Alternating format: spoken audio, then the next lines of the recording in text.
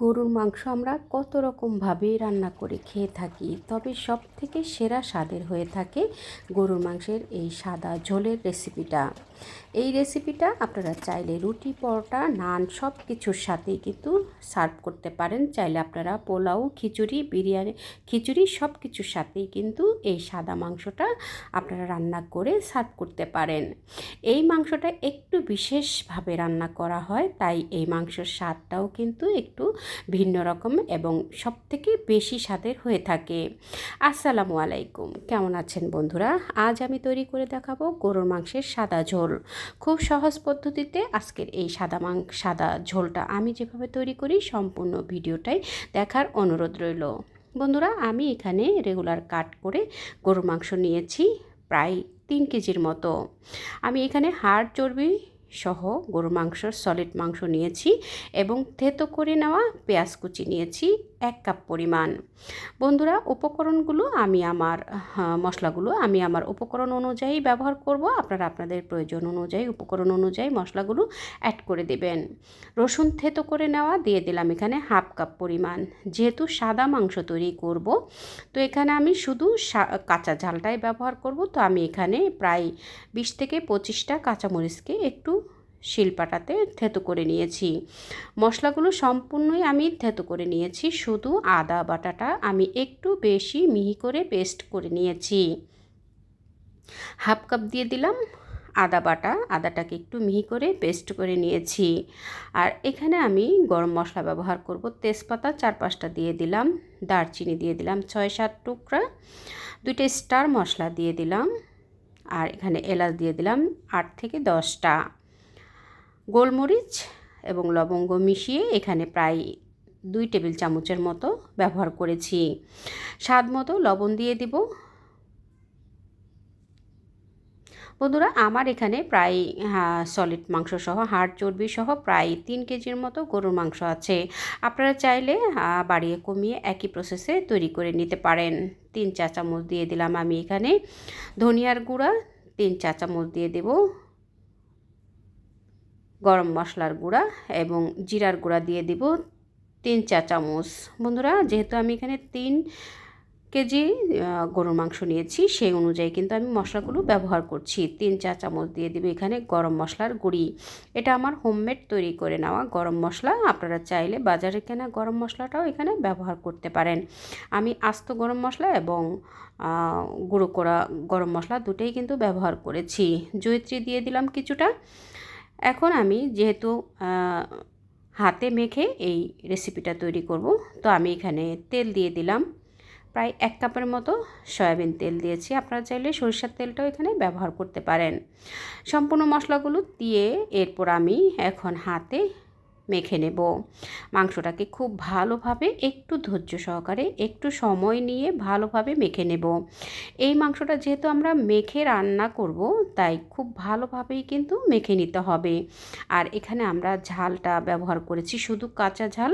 যেহেতু আমরা এখানে লাল মরিচ বা মরিচের গুঁড়া ব্যবহার করব না, সেক্ষেত্রে কিন্তু আপনারা আপনাদের টেস্ট বুঝে ঝালটা অ্যাড করে দেবেন।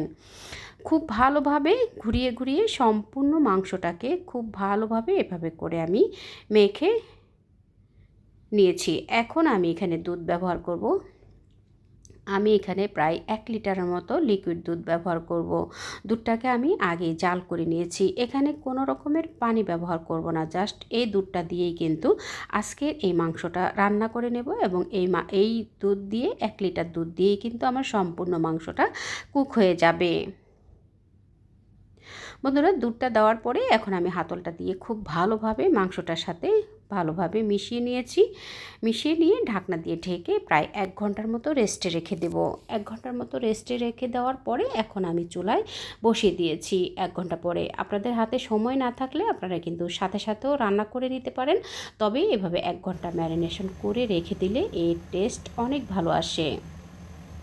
তো বন্ধুরা, হাই হিটে আমি 10 মিনিট চুলায় বসিয়েছিলাম। এখন দেখুন বলক উঠে গেছে। এখন আমি মাংসটাকে একটু উল্টে পাল্টে দিচ্ছি, যাতে করে নিচের মাংসটা উপরে উঠে যায় এবং উপরের মাংসটা নিচে চলে যায় এবং সুন্দরভাবে মিক্স হয়ে যায়, সব সাইডে যেন সমানভাবে কুক হতে পারে। একটু নেড়ে চেড়ে দিয়ে এরপর আমি চুলার আঁচ মিডিয়ামে রেখে প্রায় 40 থেকে 45 মিনিট এই মাংসটাকে রান্না করব।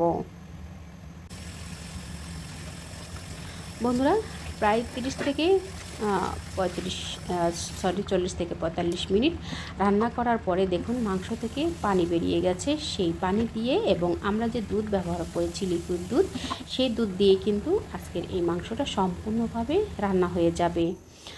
তো বন্ধুরা দেখুন খুব সুন্দরভাবেই কিন্তু আমার মাংসটা রান্না করে নিয়েছি। আমি কিন্তু অফ ক্যামেরাতে কিছুক্ষণ পর পর মাংসগুলোকে নেড়ে দিয়েছি, যাতে করে মাংসগুলো সব সাইডে সমানভাবে কুক হতে পারে। এখন আমি একটু চেক করে দেখব মাংসটা সম্পূর্ণভাবে কুক হয়েছে কিনা। তো বন্ধুরা আমার মাংসটা কিন্তু সুন্দরভাবে কুক হয়ে গেছে। এখন আমি একটা ফোড়ন দিয়ে দেব। ফোড়ন দেওয়ার জন্য আমি এখানে হাফ কাপের মতো সয়াবিন তেল দিয়েছি আর আস্ত কয়েকটা শুকনো মরিচ দিয়েছি। এটা ঝালের কাজ করবে না, জাস্ট একটু ফ্লেভারের জন্য আমি কয়েকটা শুকনো মরিচ ব্যবহার করেছি। শুকনো মরিচটা কিন্তু আমি বোটাটা ছাড়িনি, আপনারা চাইলে বোটা ছাড়িয়ে কিন্তু ব্যবহার করতে পারেন। আমি বোটা সহই কিন্তু মরিচটাকে জাস্ট একটু ফ্লেভারের জন্য অ্যাড করেছি। আর এখানে হাফ কাপ পেঁয়াজ কুচি দিয়ে পেঁয়াজটাকে ভেজে যখন এরকম বাদামি কালার হয়ে আসবে, বেরেস্তা কালারের মতো হয়ে আসবে, ঠিক সে সময় আমি এখানে আস্ত কিছু জিরা দিয়ে দেব। বন্ধুরা 1 টেবিল চামচের মতো আস্ত জিরা দিয়েছি। এই ফোড়নটা দিলে কিন্তু এই সাদা মাংসের ফ্লেভারটা অনেক গুণ বেড়ে যায়, আর খেতেও কিন্তু ভীষণ ভালো লাগে, আর দেখতেও কিন্তু ভীষণ লোভনীয় হয়। তো বন্ধুরা যখন বেরেস্তার মতো এরকম হয়ে এসেছে, ঠিক সে সময় আমি ফোড়নটা মাংসের সাথে ঢেলে দিয়েছি। ঢেলে দিয়ে আবারও কিছুক্ষণ নেড়ে চেড়ে যখন মাখা মাখা হয়ে আসবে, তখন আমি চুলাটা বন্ধ করে দেব। বন্ধুরা আমি কিন্তু চেক করে দেখেছি আমার মাংসটা কিন্তু সুন্দরভাবে সফট হয়ে গেছে।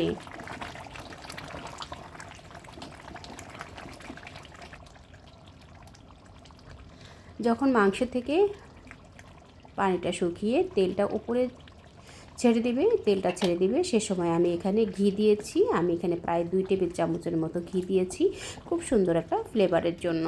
বন্ধুরা ঘিটা দিয়ে এখন আবার একটু নেড়ে চেড়ে দেখুন মাংসটা কিন্তু সুন্দরভাবে কুক হয়ে গেছে, তেলটাও কিন্তু ছেড়ে দিয়েছে। ঠিক এই পর্যায়ে আসা পর্যন্ত আমি মাংসটাকে রান্না করে নিয়েছি। আপনারা চাইলে এই মাংসটা দিয়ে কিন্তু পোলাও, খিচুড়ি, সাদা ভাত কিংবা রুটি পরোটার সাথেও কিন্তু আপনারা এই মাংসটা সার্ভ করতে পারেন। এটা দেখতে যতটা আকর্ষণীয়, লোভনীয়, খেতেও কিন্তু ভীষণ মজা। আপনারা এভাবে তৈরি করে কিন্তু প্রিয়জনকে উপহার দিতে পারেন। বন্ধুরা দেখুন খুব সুন্দরভাবেই কিন্তু তৈরি হয়ে গেল আমার গরুর সাদা মাংসের ঝোল। আপনারা চাইলে এভাবে করে তৈরি করে প্রিয়জনকে নিত্য নতুন রেসিপি উপহার দিতে পারেন। বন্ধুরা এতক্ষণ ধৈর্য ধরে আমার সঙ্গে থাকার জন্য, আমাকে সাপোর্ট করার জন্য অসংখ্য ধন্যবাদ। পরবর্তী রেসিপি দেখার আমন্ত্রণ রইল। দেখা হবে নতুন কোনো রেসিপির সঙ্গে। সেই পর্যন্ত সকলের সুস্থতা কামনা করছি। বন্ধুরা দেখুন আমি একটু সার্ভ করে দেখিয়ে দিচ্ছি। এই মাংসটা দেখতে যতটা লোভনীয়, খেতেও কিন্তু ভীষণ মজা। আর দেখুন খুব সুন্দর একটা আকর্ষণীয় কালারও এসেছে। বাচ্চা থেকে বড় সবাই কিন্তু গরু মাংসের এই সাদা ঝোল ভুনাটা খেতে ভীষণ পছন্দ করেন। আশা করছি আপনাদের কাছেও আজকের এই রেসিপিটা ভালো লেগেছে। ভালো লেগে থাকলে প্লিজ বন্ধুরা আপনারা আপনাদের টাইমলাইনে শেয়ার করে দিবেন। ফেসবুক পেজ থেকে দেখে থাকলে পেজটাকে ফলো করে দিবেন। ইউটিউব চ্যানেল থেকে দেখে থাকলে রেসিপিটা ফুল ওয়াচ করে লাইক দিয়ে সাবস্ক্রাইব করে অল বাটনে ক্লিক করে রাখলে আমার নিত্য নতুন রেসিপির নোটিফিকেশন সবার আগে আপনার কাছে পৌঁছে যাবে। দেখুন বন্ধুরা মাংসটা ভীষণ সুন্দরভাবে সফট হয়ে গেছে। এভাবে আপনারাও তৈরি করে নিতে পারেন। আল্লাহ হাফেজ।